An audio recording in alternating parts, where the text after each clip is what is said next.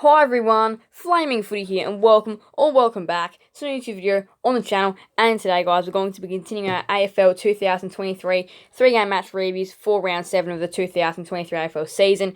And in this video we're going to be reviewing the first 3 games of round 7, and those games are St Kilda vs Port Adelaide, Brisbane vs Fremantle, and the Battle of the Bridge, Sydney vs GWS. Alright, it's the first game of the round with St Kilda vs Port Adelaide at Marvel Stadium. Big blockbuster Friday night clash. And fun fact, Port Adelaide's winning streak at Marvel Stadium is up to 8 now after winning this game versus St Kilda.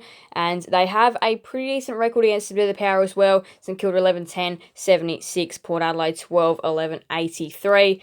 They got the job done by 7 in the end. St Kilda did make them earn it.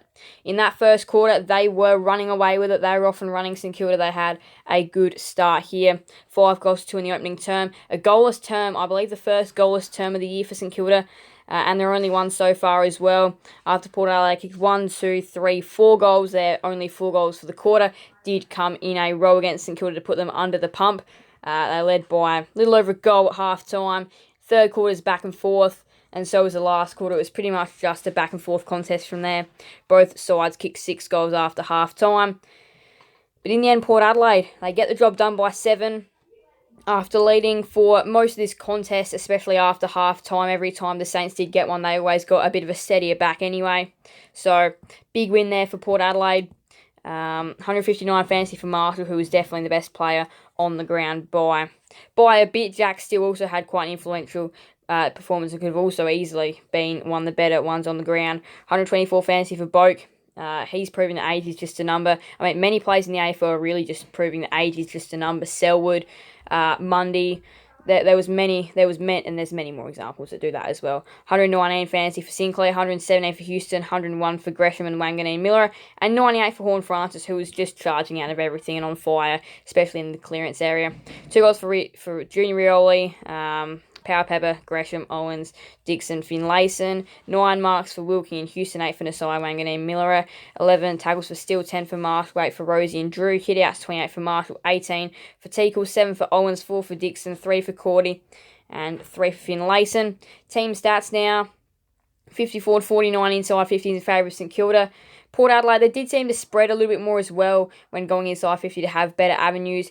However, again, free kicks, hit-outs, clearances, centre clearances, stoppage clearances in favour of St Kilda. But in terms of these clearances, though, that's where Jason Horne-Francis did come alive. And his power just to push out the contest is absolutely amazing. Port Adelaide would be very happy with his recruitment. 9 to 11 marks inside 50 in favour of Port Adelaide. Again, that little bit of a spread can work against St Kilda. If you've got a few little options, you might just be able to get through their defence. Port Adelaide led for a little under 2/3 of the game. They laid more tackles as well. But this is a big win for the Power, 7 points. And even though their season wasn't off track by any means, but this is definitely a real comforting win. And at the moment, they're quite high up on the ladder. Alright, now to the second game of this 3-game match reviews. Brisbane vs Fremantle up at the Gabba. Brisbane 17-13, 115, beat the Dockers 10-7, 67 by 48 points. I was 1 point off the margin in this game. I said Brisbane by 47. They won by 48. Anyway, though, enough of that. Into the 3-game match reviews for this one. And Brisbane, just so good, so dominant. And it did take them a little while to really put them away. Like, Fremantle was still... Brisbane hadn't put them away by a massive margin until that last quarter. But the first quarter, Brisbane were dominant. They kicked 3 goals, 5. They should have been more accurate. They did miss a few little chances which their forwards would normally take. We know what a star-studded forward line and team that they have. In the second quarter, that's where they got momentum. That's where the game was almost put to bed by half-time in that sense of just domination, like 3 goals to half-time for Fremantle. They would have been very disappointed with that. And Brisbane just, rocketed away in that quarter, 5 goals to 2. Third quarter, it was Brisbane did win the quarter, 5 goals, 3 to 5 goals. But, Fremantle did give themselves a little chance right here. They gave themselves a little opportunity to maybe create something special. But, Brisbane kicked 3 goals to shut that down, and game was over at 3-quarter time. 4 goals to 2 in the last quarter. Brisbane walk away convincing winners in the end. And We know their performances are great at the Gabba. They are a great side there. It's their fortress. 119 fantasy for Neil, 115 for Ashcroft and Dunkley, 113 for Brayshaw, 112 for Young, 102 for Bailey, 3 goals for Danaher and McCarthy. Good game by McCarthy. Haven't really seen his name pop up a lot in these 3-game match reviews this year. 3 goals for him. Really important performance. 2 goals for Hipwood. 2 goals for Ashcroft, Bailey, Cameron, Brayshaw, Swikowski, O'Meara. So quite a relatively high-scoring contest, you could say. 35 disposal for Neil, 33 for Young, 30 for Brayshaw, 28 for Ashcroft and Dunkley. Marks, 11 for Andrews and Rich, 8 for Payne. Tackles, 8 for Dunkley and O'Meara, 7 for Neil. Hit-outs, 39 for Darcy, 30 for McInerney, 7 for Jackson, 1 for Danaher. Go to team stats now, where Brisbane, 62 to 42 inside 50s just dominated that stat. You go inside 50s more times, you give your forwards a better chance to create something, and they're good in the air and on the ground are all the Brisbane forwards, so whether they get marks or not in there, doesn't really matter. They can create something. Most times they go in there. 46 to 29 clearances, 15 to 11 centre clearances, 31 to 18 stoppage clearances in favour of Brisbane. Those stats right there. Not much more interesting at the moment. 112 to 78 marks, 16 to 7 marks inside 50. They really did have a few easy ones at times, did the Lions.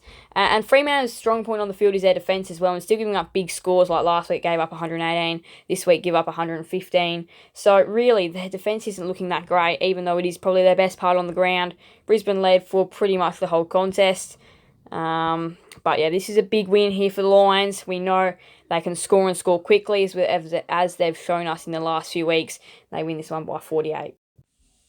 Alright, now to the Sydney Derby. Sydney versus GWS at the SCG. Sydney 16-10, 106. Lose to GWS 17-5, 107. Very accurate performance there from the Giants, but an even bigger win for them and their season.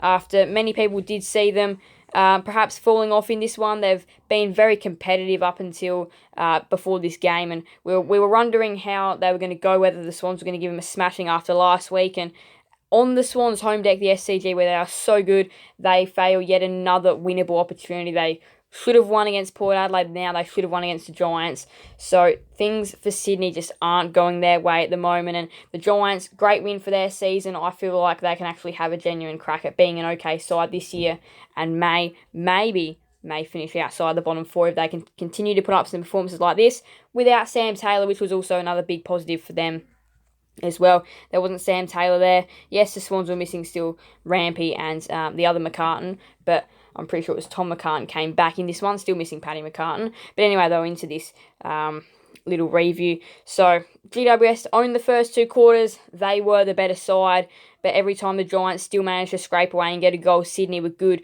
with their response. 7 goals Sydney, 9 goals Giants at half-time. In the third quarter, that's where Sydney get the momentum back, and they do own the momentum for the last two, for the next 2 quarters, Sydney.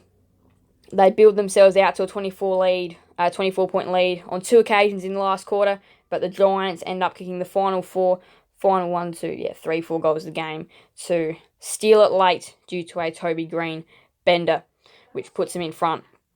136 fantasy for Tom Green, 130 for Laddams, 116 for Goulden, 115 for Perryman, 113 for Warner, 112 for Parker.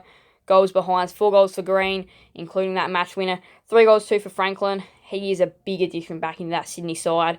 They needed him to contend in this one. 3 goals for Hayward and McDonald, as well as Perryman. 2 goals for O'Halloran, Cornelio and Hogan. Disposals, 33 for Parker, 31 for Green. That's Tom Green, 29 for Warner. Marks, 10 for Callahan, 8 for Ash and Haynes. Tackles, 13 for Green, 9 for Perryman. Hit-outs now, 34 for Laddams, 33 for Flynn, 16 for McLean, and 1 for Himmelberg.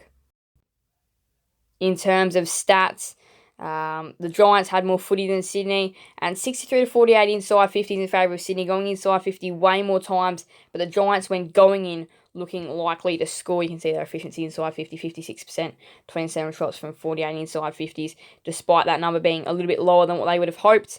Again, clearances as well for the Giants would have been disappointing, especially out of the centre. 22 to 9, 46 to 37. Total clearances in favour of Sydney, 53 34 hit-outs. But their defence, despite being a little undermanned, you could say, still got the job done. Marks, 12-7 marks inside, 15 favour of Sydney, 14-8 contested marks.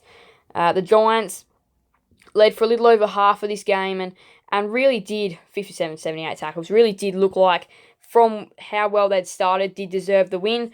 This was a very interesting derby, a back-and-forth game, and you could really just say the better side at the end of the day won it, but it was an absolute cracking contest. Alright, currently half-time at Marvel Stadium between the Doggies and the Hawks. Western Bulldogs 7-3-45, Hawthorn 7-6-48. Hawthorn, do they get their season back on the right track as well? If they do win this game, that'd be a massive upset. They lead it by 3 at the moment. The third quarter is not too far away from starting, but Hawthorn, they've been great out of centre clearance. Mitch Lewis back has been a massive help for them as well, and you can see they've pretty much led the whole contest so far. Marcus Bontempelli, he would not want to lose in his 200th game. The Western Bulldogs are going to want to put up a great performance to try and get his 200th win done in some style, but this could be a good game, and the Hawks, they've looked better out the middle, and they've also looked better inside 50. So as we know, game up for grabs at Marvel Stadium between the Doggies and the Hawks. So that's going to be an interesting one indeed. Tonight, two big games. They probably don't really look that appealing on paper, but still though, there can be some big consequences for both winners and losers. Well, big consequence for the loser, really. Melbourne North and West Coast Carlton. So that is a top 8 side versus a bottom 4 side, both these two games. And again, consequences for the loser, I feel like, in all these games. So, bigger than what they may seem.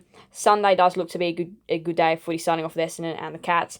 Richmond versus Gold Coast need to break that Marvel Stadium hoodoo to the Tigers. And then Crows versus Pies in what could be potentially be one of the games of the round as the final game. Alright, now the ladder. So here it is currently. St Kilda, Brisbane, Port and Collingwood all inside the top 4 on 20 points. But again, though, we still do know the Pies do have to play in a big crunch time clash with the Crows. That's a massive contest, that one. Collingwood versus Adelaide. Anyway, though, here's the rest of the ladder. Sydney, 10th. Giants, 11th. Very interesting there. The Swans did lose a bit of percentage as well. Not too much, though. Only 1 point worth of percent. But still, though, in the early days, percentage does go and come reasonably quick. The Giants are up into 11th, and the Dogs and the Hawks will chuck the live ladder on, so then we can see what happens if the Hawks win. If the Hawks win, they'll go up into 16th, and depending on North Melbourne's result later. But yeah, anyway though, that's the ladder. Alright, very good first 3 games to kick off round number 7. Thank you guys for so much watching. Make sure to leave a like and subscribe. Hit that notification bell. Send you guys another video on the channel. Thank you guys for so much. Bye everyone. Flame for you out.